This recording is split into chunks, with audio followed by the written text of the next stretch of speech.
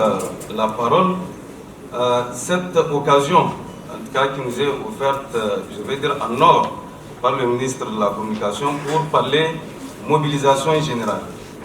Effectivement, la presse, par définition dans ce contexte, on peut dire qu'elle est la sentinelle de la refondation. Et je crois que ça a été souligné ici dans tous les discours que j'ai eu à écouter. Quelques intervenants l'ont rappelé. On était sur le terrain, les premiers, on va dire même peut-être avant certains membres du CNSP, à être sur le terrain pour justement filmer à travers nos caméras, enregistrer par les biais de nos micros, photographier s'il le faut pour montrer à la face du monde l'engagement et la détermination du peuple nigérien. Son engagement surtout à rompre avec tout ce qu'on a connu par le passé. Et ça, je pense que ce n'est pas un débat, on n'a pas à revenir là-dessus. Et en tant que journaliste, nous avions compris et très tôt notre mission dans ce contexte crucial. Parce que qui dit défense de la patrie appelle à l'engagement de tous. Et ça, cette responsabilité, nous l'avons comprise. Et je pense que depuis, nous nous sommes mis à l'assumer.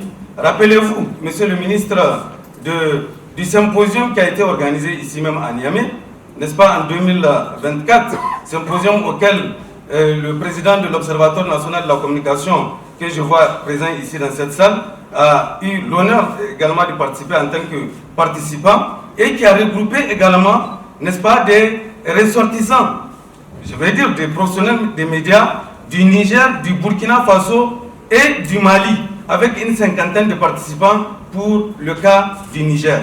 Et durant 3 jours, nous avions anticipé déjà parce que nous étions convaincus qu'on était de plein pied déjà dans ce qu'on a qualifié comme étant une guerre médiatique. Et comme c'est une guerre médiatique, donc c'est aux acteurs médiatiques, n'est-ce pas, de se mettre en première ligne de cette guerre. Et pour ça, nous nous sommes organisés. Et durant 3 jours, je l'ai dit, et c'est l'État nigérien qui a surtout, il faut le rappeler, financé, n'est-ce pas, cette rencontre d'envergure des journalistes de l'espace confédéral. Il y a eu des résolutions qui ont fait l'objet de remises, n'est-ce pas, aux autorités de tutelle. Je parle bien du ministère de la Communication, le cabinet du Premier ministre, et j'en passe. Mais seulement, je ne sais pas ce qu'on en fait jusque-là. Parce que c'est vrai, l'Observatoire national de la communication est en train de s'installer. Il n'a pas encore, je vais dire, fini de prendre véritablement ses quartiers. Mais c'est pour dire au président de l'Observatoire que beaucoup de choses, en tout cas, sont attendues de vous. Parce qu'on parle de régulation médiatique.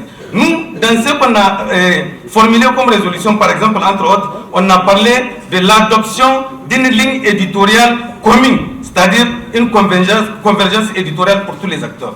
Il n'y a pas de dire que celui-ci est pour ça. Tout le monde doit regarder dans la même direction. Convergence éditoriale pour tous les acteurs médiatiques.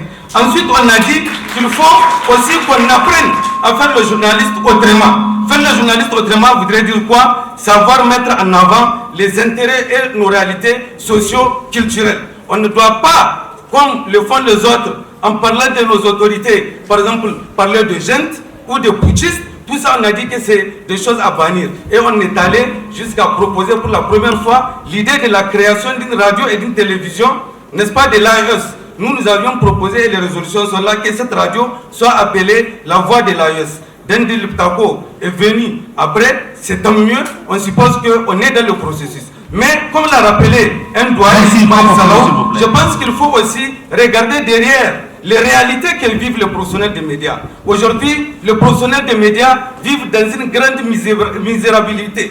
Comment on appelle ça? Donc, les gens sont clochardisés. La presse nigérienne, privée surtout, est clochardisée. Et il faudrait qu'on sache prendre des mesures pour restaurer l'image de la presse, la restaurer dans sa dignité afin que cette guerre médiatique puisse être remportée. Voilà, je n'ai plus de Merci beaucoup.